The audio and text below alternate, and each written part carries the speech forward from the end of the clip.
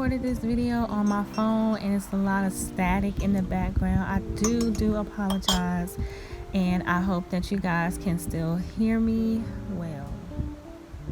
Perfect. I love green tea.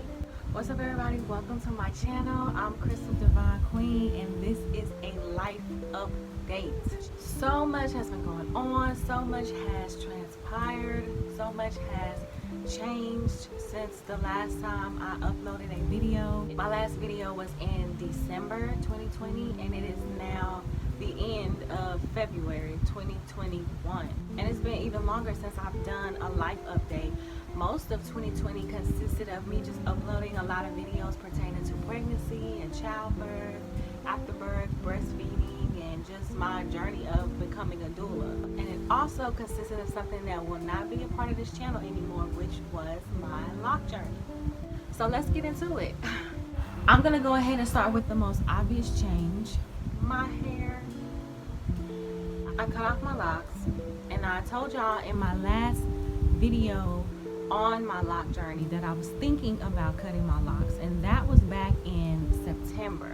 But I also thought about my progress. It was at that point in time I was a month away from hitting my 3-year mark, and not only that, just how I really wanted to grow my locks out long. I really did love my hair, and my locks was just turning out so beautiful.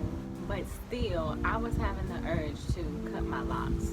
And if you want to know more about that, I definitely encourage you to check out that video.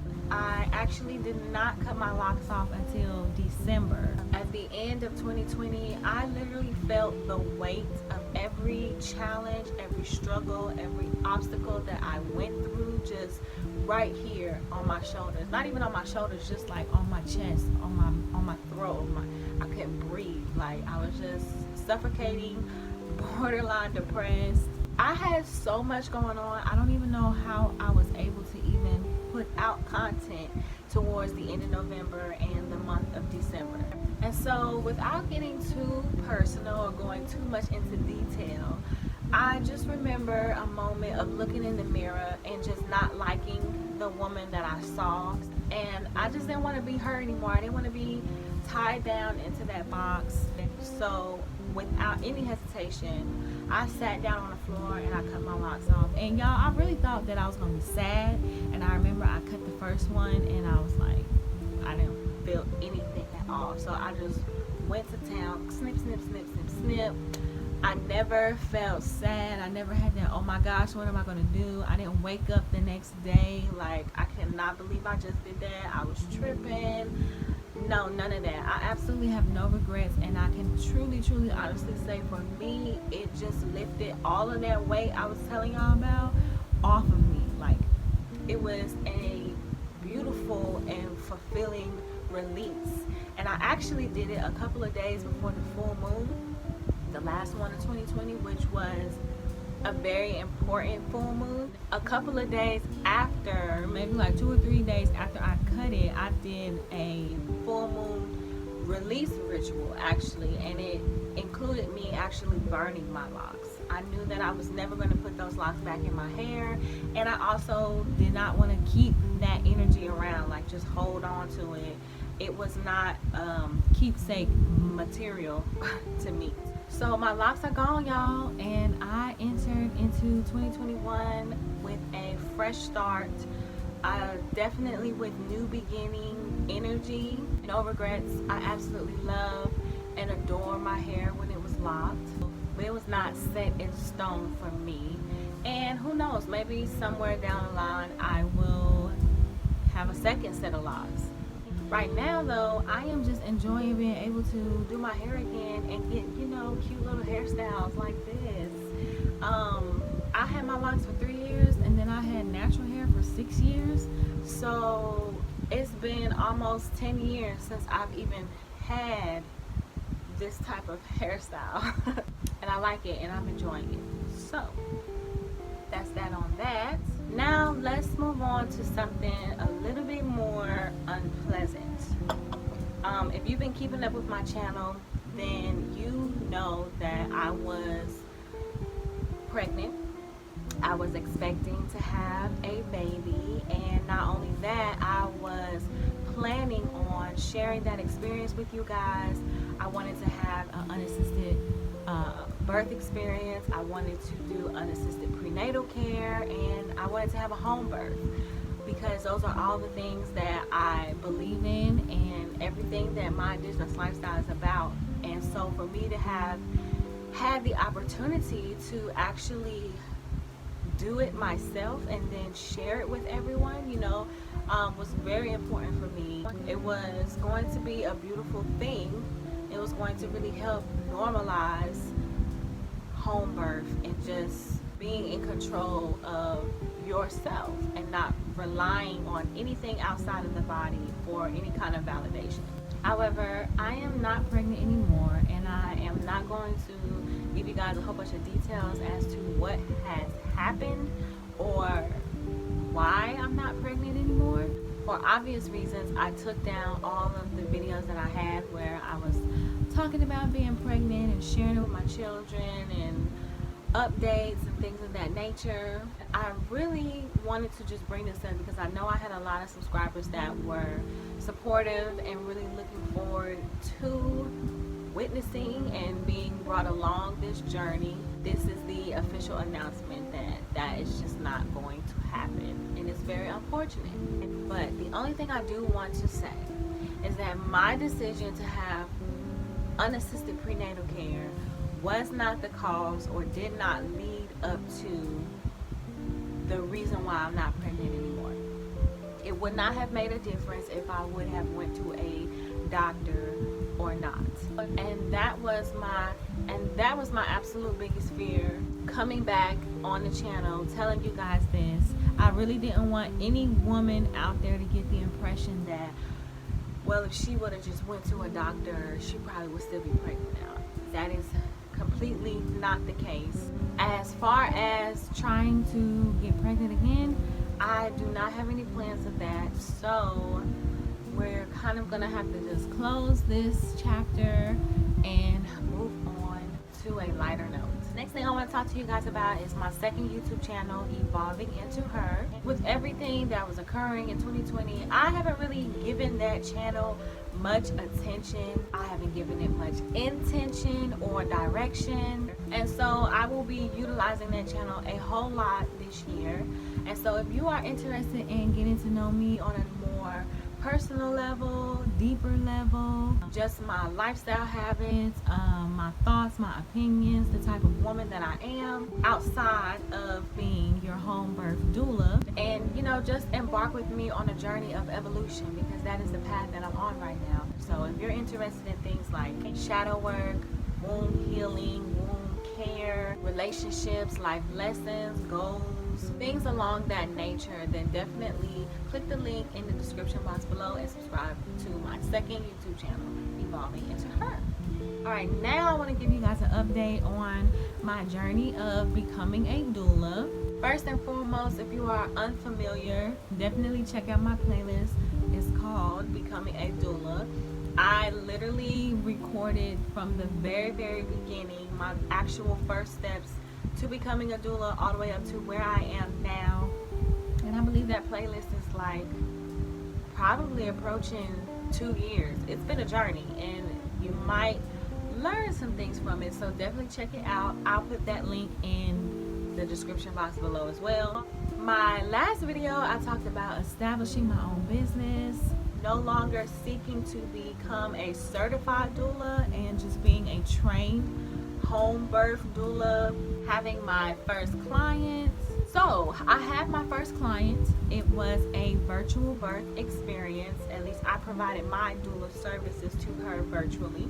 My client wanted to have a natural birth experience, and she did want to, wait at home as long as she possibly could, do her laboring at home before she went to the hospital. She kind of wanted to make sure that she got to the hospital at the very end of her labor.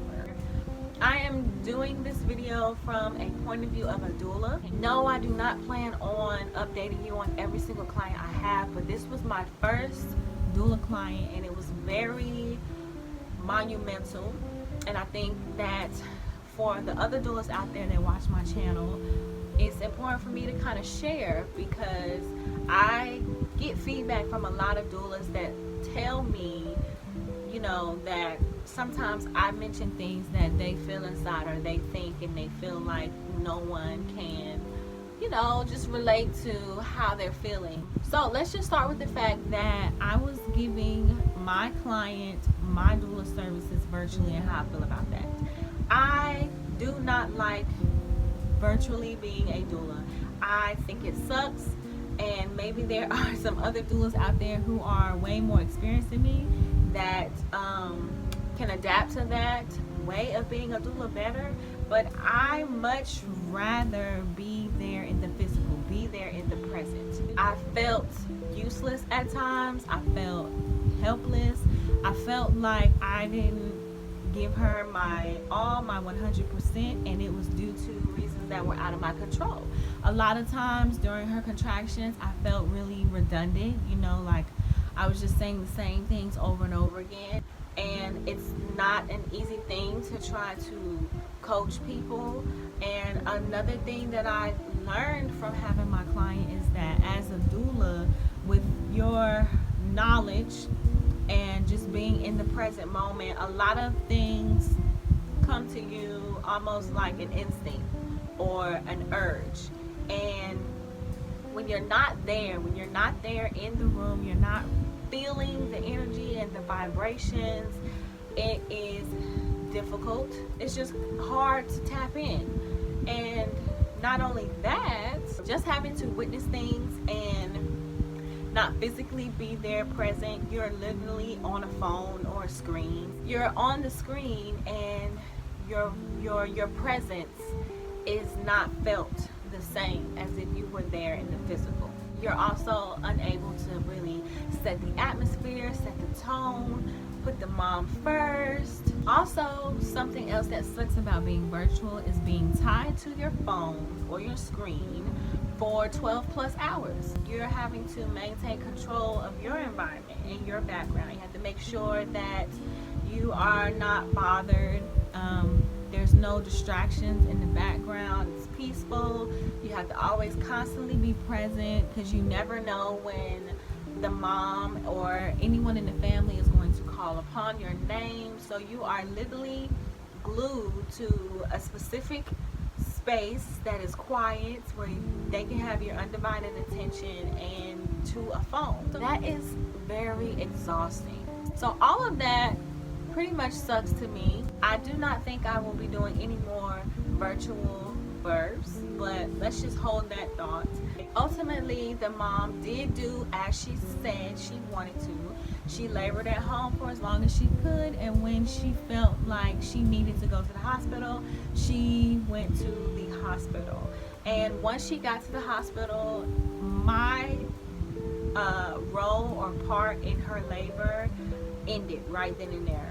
I was no longer a part of her birth experience once she got to the hospital. I really can't say too much about the birth of the baby, because like I said, I was only permitted to be a part of the birth experience for the beginning, probably up until she was about 6 centimeters, which is when active labor begins and things begin to get real. And that was another reason why I felt some type of way towards myself, not being able to, you know, give her my 100%, because I know that that's when you really need the support, especially if your goal is to have a natural birth. That's when you start getting tested. Everything else prior to that was a warm-up. So I got a phone call while she was in labor, once she got in the hospital room, but she was calling to notify me to say that she did get the epidural. And you know, of course, I'm not going to make any mom feel bad about getting an epidural, excuse me. You know, I told her it was okay. Don't be hard on yourself. Just, you know, do what you have to do to get through the rest of your labor. But as a doula, for me, that's an awful feeling when I have a client who has a vision for their birth experience and it doesn't turn out that way. And on top of that, I feel like I could have did more had I been there present, you know, because I know she can do it. I know every mom can do it if they really want to. And you just get left with this feeling of, if I would have been there, maybe things could have turned out the way she initially desired, because I could tell in her voice that she was shocked at, you know, how intense labor was. And, you know, she just kept saying that she felt like she couldn't do it, but she was also disappointed. So I just tried to encourage her and uplift her, of course. But our phone call was pretty short. The rest of the labor after that, I wasn't a part of it. I didn't hear from her again until hours after the baby was born. The worst part about my experience, not only being virtual, but not even being a part of the hospital portion of her birth, was I don't know if anybody was really there truly encouraging her to have that natural birth that she wanted, or were they just offering her pain medicine because she was rattled, you know, caught off guard, and in that primal state where we're ready to channel that energy for inner strength. And did anybody direct her? Did anybody coach her? Did anybody guide her? Or did they just, you know, coddle her and say, you sure you don't want any medicine? It'll make you feel better, type of energy. And that is unfortunate and a little frustrating. And so once again, it's not her birth experience at all. It's mainly just, these are my feelings as a doula after the birth, feeling like I could have did more, or things could have been differently if it wouldn't have been a virtual birth experience. And this energy, this emotion that I felt, it really sat with me for a couple of days. Like, it took me a couple of days to digress. And I have heard other doulas talk about how a birth will take a toll on them, but just having to experience it and the reasons why I experienced it, I do not want to experience it anymore. So that is why I said earlier, I will probably not do a virtual birth ever again, and I certainly won't be a part of any hospital births either. But here's the great news. Overall, my client did not have a traumatic birth experience. She obviously did not die. She gave birth to a beautiful baby boy. He was healthy, he was strong. You know, she survived. It was life-changing for her, and it was just beautiful for their family. And I learned so much from this birth experience. I am so grateful for it and thankful for my client for allowing me to be a part of that experience. My first experience, and it has left me feeling very profound and having a clear vision of what my clients will look like in the future and the type of work that I will do in the future. Speaking of future, let's go ahead and talk real quick about the future of my Indigenous lifestyle, and then I'm gonna wrap this life update up. You can still book with me on my website. I am located in North Carolina, and I am servicing the Triad area. I am open to traveling in the future, or even perhaps traveling to different areas of North Carolina. Definitely eventually I plan on traveling out of state to service women. So if you are interested in my doula services, what you need to do is go to my website and book you a free consultation. The consultation is no longer than 1 hour. It is virtual. It gives us both a chance to get to know each other and just discover if I am a good fit for you. And then from there, we will move on with the process of hiring me as your home birth doula. I am still relaunching my brand, updating and upgrading everything really heavy right now, just to kick off the new year with a fresh start. If you aren't aware, I do have an Instagram page for my Indigenous lifestyle, and that is a completely different type of content compared to what is on YouTube. So it's not like if you're subscribed to my YouTube channel, you're going to see the exact same things on my Instagram page. My Instagram page is actually where my Indigenous lifestyle began. So if you really want to be in the loop, definitely go follow that page. The link is always in the description box below, along with my website. They're in the description box of every video that I upload. Now, as far as some things that my relaunch will include, some new services that will be available to you guys in 2021. Number one will be support sessions. You'll also be able to book that on my website, and those will be virtual as well. You can book a support session from anywhere from 10 minutes to an hour, and it's really just an opportunity for you to be able to ask me questions that require in-depth answers, maybe really specific to your situation. If you need to vent about your pregnancy or even your birth experience, whether it has happened yet or not, you can book a support session for that. Maybe you need some support because you're embarking on this journey alone. Maybe you need that emotional support. This is what the support sessions are for. Or perhaps you do want to hire me as a doula, but you're not in the North Carolina area. Book a support session and just pick my brain, and we will see how I can best help you, even though I am unable to service you as a doula at the current moment because you are out of state. Also on my website, I do have ebooks. They are guides. I have 2 up there right now. One is for breastfeeding, and the second one is for hospital births. Just things you need to know when you plan on giving birth in a hospital, as far as what to consent to and just how to make your birth plan. This year, I'm going to definitely upload a 3rd ebook. It will be another guide, and this guide will be for hospital births. It's going to be all about medical interventions. I think that it is imperative for all women giving birth in a hospital to really know what the risks are associated with every single medical intervention, because we have a lot of problems and we're unaware that it's because of certain choices that we made, things that we may have consented to during the labor process. So my goal with that ebook is to just make it so that you are truly informed when you give your consent or you decline. That will be my last piece of work pertaining to hospital births. Moving forward, I really want to just focus on normalizing home births and helping Black women to make that transition. So I'm not going to put out new content about hospital births. I've kind of said all that I can say. I have so many videos up right now, and not to mention I have these 2 ebooks, one coming really soon. And then support sessions will be available. You know, don't feel like you cannot book a support session with me because you're having a hospital birth. I'll be more than happy to talk to you about your hospital birth, even though I am a home birth doula.